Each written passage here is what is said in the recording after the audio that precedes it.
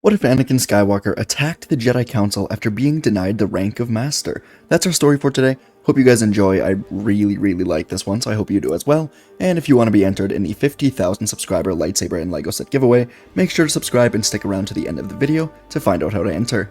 Let's get right into it. Our story begins inside of Padme Amidala's apartment, as Anakin and Padme are sleeping in the same bed for the first time in so long. The Outer Rim sieges were long and terrible, but finally, Anakin was back and things were good.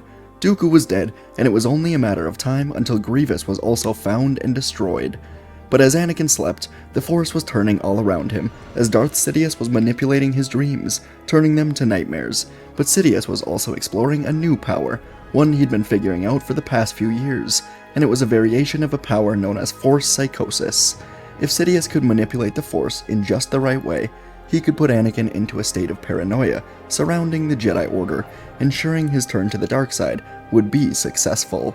And so as Anakin slept, Sidious performed the Sith alchemy, changing his dreams to nightmares of Padme dying, but also trying to put Anakin into a state of Force Psychosis. In Anakin's dreams, he soon saw Padme crying out for help as she gave birth, but no one was there to help her. Instead, Anakin would also see Obi-Wan ignite his saber next to her body and say, "I will do what I must." And then Windu stood over her and said, "I am going to end this, once and for all." While Yoda looked to a scared Palpatine and said, "At an end your rule is, and not short enough it was." He saw various Jedi cutting down clones, just trying to defend themselves. Clones were dying everywhere. Anakin was seeing Padme die, Jedi turning against the Republic. He was being poisoned with these visions, and he couldn't handle it. Anakin jolted awake, and Sidious could feel all across Coruscant that his dark side manipulations were working very well. Anakin had the nightmares, and was now infected with the Force Psychosis. In the apartment, Anakin ran out of the bedroom, into the bathroom, and he threw up immediately. He couldn't get the images out of his head, the screaming, the lightsabers cutting, the death. He stumbled out to the balcony, trying to breathe in the fresh air, but it was hardly working at all. Eventually, Padme would come to him and help Anakin calm down a bit. He told Padme everything that he saw, and Padme said that perhaps Anakin should speak with Yoda in the morning.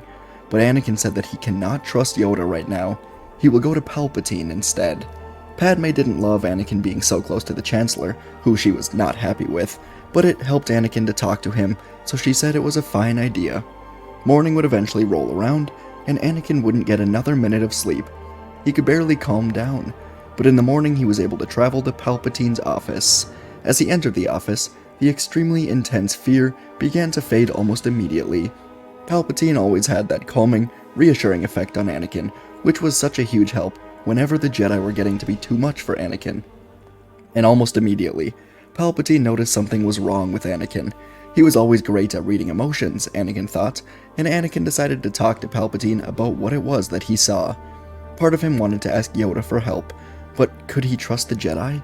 He would tell Palpatine about his night and about the nightmares that came to him, and Anakin admitted that his trust in the Jedi was greatly shaken from seeing this. He revealed that in these dreams, someone extremely important to him was dying. He didn't reveal it was Padme, but deep down, they both knew. Palpatine smiled and said that he may just have the thing for Anakin. The Chancellor said that he, too, has had his trust in the Jedi shaken recently, and he needs someone on the inside to be his eyes and his ears on the Jedi Council. So Palpatine said that he was personally promoting Anakin to be his representative on the Jedi Council. And Palpatine said that with this promotion, the Council will surely make him a master, and once he is a master, then surely the Jedi will have all of the answers he needs to save his loved one. And Palpatine said that if they don't, there are always alternative paths. Anakin barely heard that last sentence, as he was now processing everything. Not only was he going to be on the Council, but he would be a master and finally get access to the restricted section. He would find the answers to save Padme.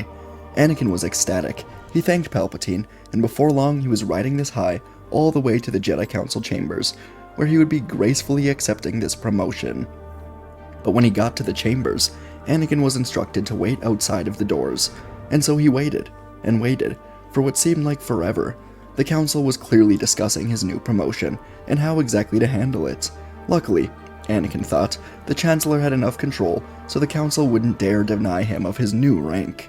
And when the doors finally swung open, Anakin was already angry from having to wait so long. He walked to the center of the room and bowed his head in respect, but behind this sign of humility and grace, he was hiding. Not hiding behind the anger exactly, but behind the dragon that was burning inside of him. The feelings from last night, the extreme paranoia in the dreams, visions, whatever they were, of the Jedi turning against the Republic were still swirling in his mind. Could he trust these Jedi? He suddenly remembered the first time he was ever in these chambers, within the ring of Jedi who sat here, judging his fate. Yoda, Mundi, Windu, all of them had seen when he was just a child. They'd seen the worm of dread that ate away at him. He could not let them see what that worm has now grown into. And Anakin faced the heads of the council as Windu said his name in the icy cold tone that he seemed to always carry with him. But Anakin didn't care about that tone right now. He just needed to hear the words that granted him access to mastery, and as Palpatine told him, access to information that could save Padme, information only allowed to Jedi Masters. And Mace Windu spoke again, saying, "You are hereby granted a seat to the High Council of the Jedi, as the Chancellor's personal representative." And Anakin stood very still for a moment, until he was absolutely sure that he'd heard what he thought he heard. Palpatine was right. He seemed to be right about a lot of things lately. In fact, Anakin thought he couldn't remember a single time when the Supreme Chancellor had been wrong. And finally, as it began to sink in upon him, as the Council finally decided to grant him his heart's desire, that they finally realized his dedication, his power, Anakin took a slow, deep breath and genuinely thanked the Jedi. Now Yoda spoke, saying that the Council does not allow this appointment lightly, and that this move by Palpatine is very disturbing on many levels. Anakin didn't really care, but he inclined his head and said that he understands. But now Windu leaned forward and told Anakin that he's not sure Anakin truly does understand. But Anakin was barely paying attention. In his mind, he was already leaving the council chambers, riding the elevator down to the archives, demanding access to the restricted vault by authority of his new rank. But as he was thinking this, Mace spoke again. He simply told Anakin that he is on this council, but he is not granted the rank of Master. And Anakin froze. He could only say, "What?" And he felt his ears begin to ring. It felt like stun blasts were going on inside his brain. The room was spinning around him. He felt the paranoia, the psychosis of the night before. It began to rise in him, and he couldn't stop it. He was seeing red. He needed to get rid of this feeling. He stared down Windu and he growled, "How dare you? How dare you?" It was as if someone else was controlling his voice. It sounded like Dooku, like a Sith, but he couldn't stop. Instead, he continued, saying, "No Jedi in this room can match my power. No Jedi in the galaxy. You think you can deny mastery to me?" And he looked into Mace Windu's cold eyes as the Jedi Master snapped at Anakin, saying, "Take a seat, young Skywalker." And this is what broke Anakin. The cold, unnecessary tone that Windu always took with him. And through the fire inside of him, the burning anger that he couldn't quite quell, Anakin said, "Perhaps I'll take yours." And he ignited his blue lightsaber, then leapt through the air towards Windu with true intent to finally get rid of him. And as Anakin Skywalker flew through the air, Obi-Wan Kenobi felt like he was watching the galaxy shift in slow motion, from day to night, light to dark. He remembered when his master, Qui-Gon Jinn, died on Naboo. Obi-Wan promised to train Anakin, and he tried so hard to make Anakin into the perfect Jedi. The two of them were so different, but Obi-Wan did everything he could to make it work.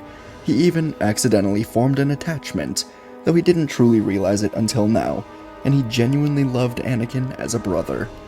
But now, as he watched Anakin fly at Windu, Obi-Wan knew he failed, but perhaps he could still stop Anakin from making the greatest mistake of his life.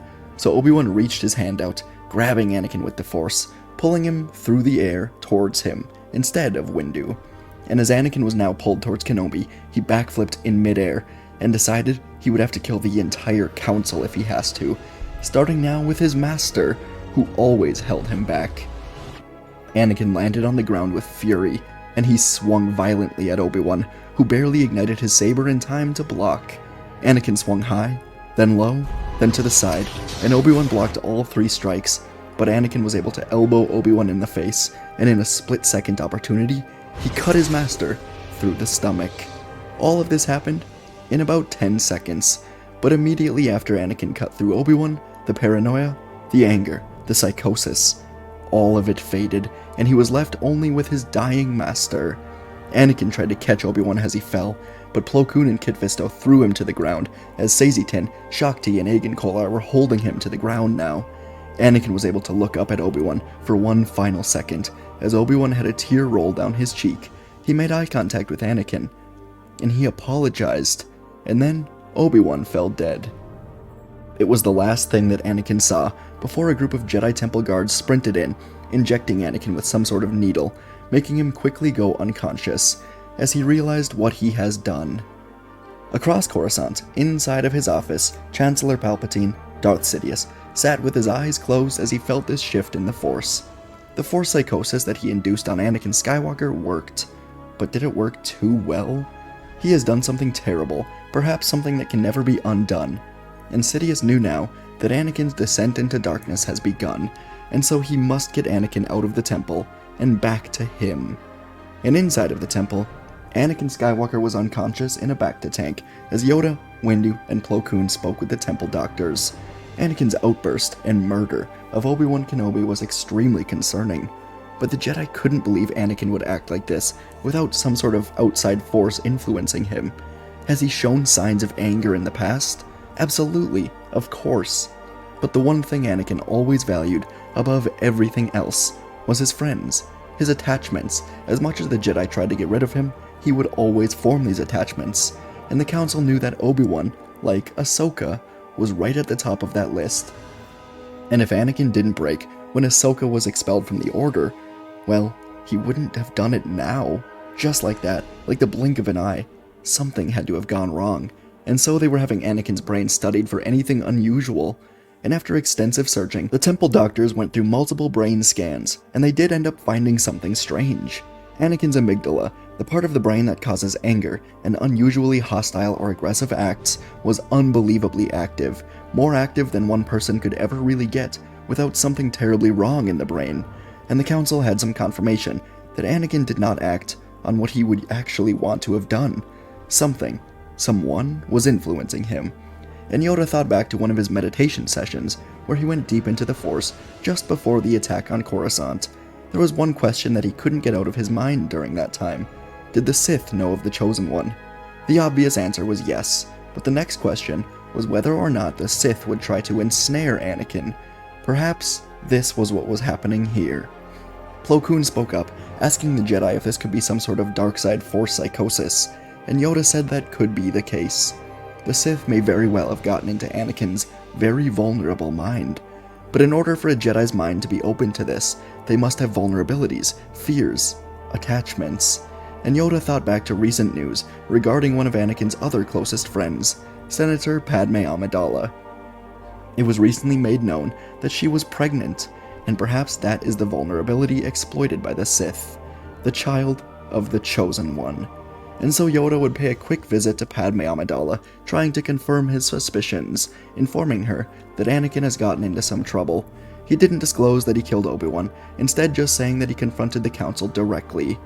Yoda asked Padme if Anakin had mentioned anything strange recently, visions, dreams, anger, anything, and Padme tried to hide it for a bit, but it was no use. Anakin needed her, so she told Yoda about Anakin's dreams of her dying and the Jedi turning against the Republic.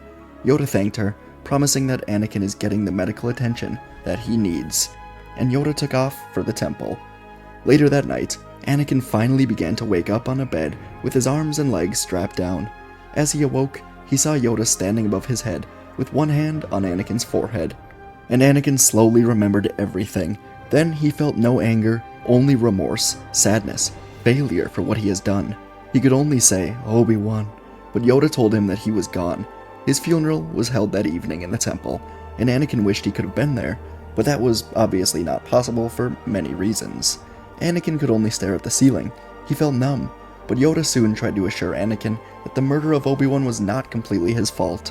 Somehow, Anakin's brain was tricked into extreme anger, but it was still partly his fault, of course, as this Force psychosis could only be activated if Anakin let any anger in, which of course he did. But Yoda would spend this entire night with Anakin, meditating with him, being with him, doing whatever he could to reverse this Sith alchemy, this psychosis that was taking over Anakin.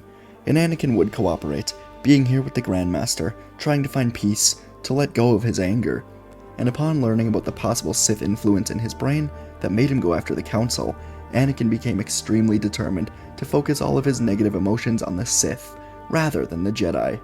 He'd let himself be manipulated, and was now determined to avenge Obi-Wan's death.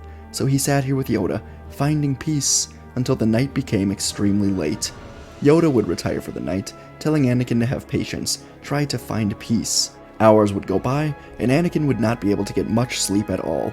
Yoda had unlocked his restraints, but he had no intention of going anywhere. He felt safe here, deep inside the temple, and he had a group of 5 Jedi Temple guards monitoring him at all times. But as the hours went by, and the Coruscant sun began to rise, Anakin heard commotion outside of his doors. Basically, the entire temple was asleep for the night, but Anakin heard fighting, then the sounds of 2 bodies being cut down quickly. The door to Anakin's medical bay opened, and 2 temple guards were battling a third that seemingly was betraying them. The third temple guard stabbed one, then used the force to lift the other in the air, choking him to death. Anakin was completely taken by surprise, but the surviving guard ran to Anakin, telling him that he has been tasked with bringing Anakin to a new master. Part of Anakin wanted to kill this temple guard right here, right now, but the other part of him knew that this was the opportunity he was looking for. It was clear that Sidious, whoever he may be, is bringing Anakin to him. And so Anakin got up, discreetly grabbing his lightsaber, and followed the temple guard through the temple. Clearly, Sidious had this guard working for him. The 2 of them would reach the hangar, and Anakin very carefully pulled a ship tracking device into his hand, activating the tracker as he boarded a speeder with this temple guard, and the 2 of them would speed off into the Coruscant morning traffic. Anakin had to hope that the Jedi would realize that he activated a tracking beacon. Inside the temple, a sudden scramble would take place as the temple doctor found the 4 dead guards. Inside the communications room, Mundi wondered how Anakin could have escaped and done this, but Windu actually spoke up, saying that he didn't think this was Anakin. Yoda agreed, saying that the attacker came from the outside, and one of the guards was missing. This was an inside job, and as they talked, Syndrelic emerged into the room, saying that a member of the Coruscant blockade has reported the activation of a tracking beacon, but the tracker never left the atmosphere. The Jedi in this room all looked to each other, then began running to the temple hangar. Anakin is giving them a chance to help him. And Anakin was brought deep into the industrial sector, inside of a building, and as the speeder landed, Anakin immediately felt the aura of darkness. The temple guard removed his helmet to reveal he was Powin, and he knelt on the ground, waiting. Seconds later, a hooded figure would emerge, telling Anakin he's been waiting for this day for a long time. The hooded man asked Anakin how it felt to finally show the Jedi that he is not to be trifled with, and Anakin stammered, realizing he will have to pretend to still be under the influence of the Sith, and he said it was his true destiny. He sees now that it is the Jedi who will stand in the way of peace. Anakin walked up to the hooded man, kneeling in front of him, saying he is ready to join him.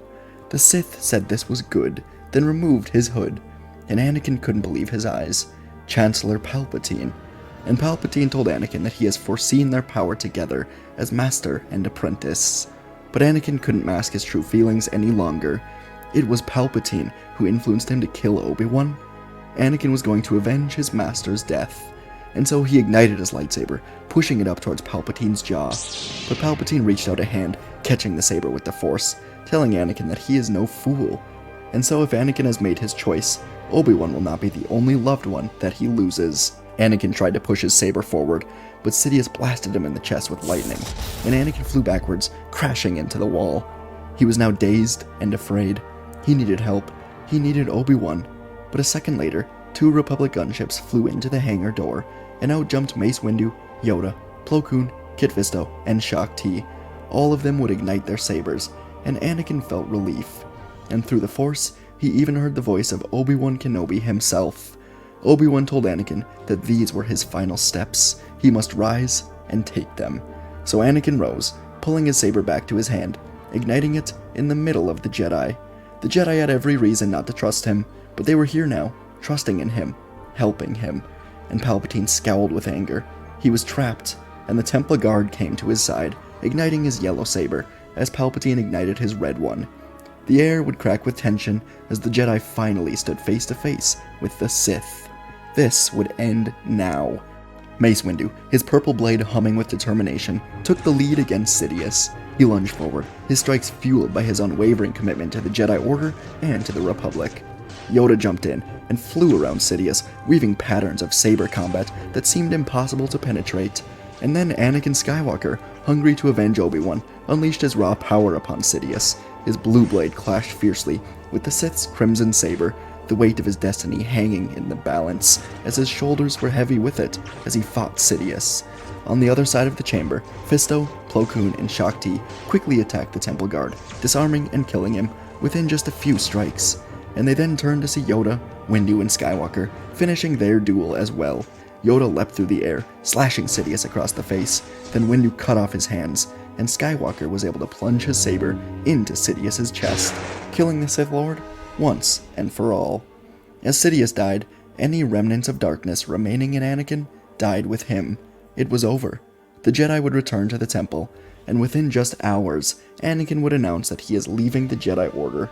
This was accepted, as he was still responsible for the murder of Kenobi, so the Jedi would have to probably expel him if he didn't leave. But the Council came to understand the manipulations that he was under. Anakin would go to Naboo with Padme, who also understood the manipulations, the Force psychosis, and she was able to forgive Anakin, but he was not able to forgive himself. Padme was handling the chaos in the Senate with the death of Palpatine, and in a close election, Bail Organa beat out Mas Amedda for the position of Chancellor, and the war would come to a close. Padme would give birth to Luke and Leia, and Anakin would have trouble sleeping every night, remembering Obi-Wan, until one day, the ghost of Kenobi appeared. As he was dying, Qui-Gon was able to bring him into the Force Netherworld, and Anakin was then able to find peace, as Obi-Wan was with him once more. And folks, that is our story for today. Hope you guys enjoyed. As I said at the beginning, I really enjoyed this one. If you want to enter a lightsaber and Lego set giveaway for 50,000 subscribers, pinned comment down below, click that link. Anyways, let's talk about today's story a bit. So I wasn't sure what path I wanted to take with this. To me, it is very unrealistic for Anakin to actually attack Windu and the Council. I think he'd get pretty much diced right away. So I thought I'd introduce, a new element. Palpatine had these manipulations going all around, but what if he wanted to escalate the process? And when he gave Anakin the dreams, he gave him a sort of Force psychosis variant, where Anakin then just has extreme paranoia, extreme fear that if he gives himself to his anger, it's activated. He just kind of goes insane. You guys have seen Hunger Games, you know what PETA kind of gets? A little bit, kind of something like that. Anyways, appreciate you guys watching. I really did enjoy this. I like the path of Anakin being able to turn it all around. Of course, it was a light side path in the end, so appreciate you guys for watching. Oh yeah, rest in peace, Obi-Wan. I know I'm going to get some hate in the comments for that. I'm always killing Obi-Wan, I know. It just adds so much weight to the story when Obi-Wan dies, so thanks for watching. Appreciate ya, and I'll see you in the next video.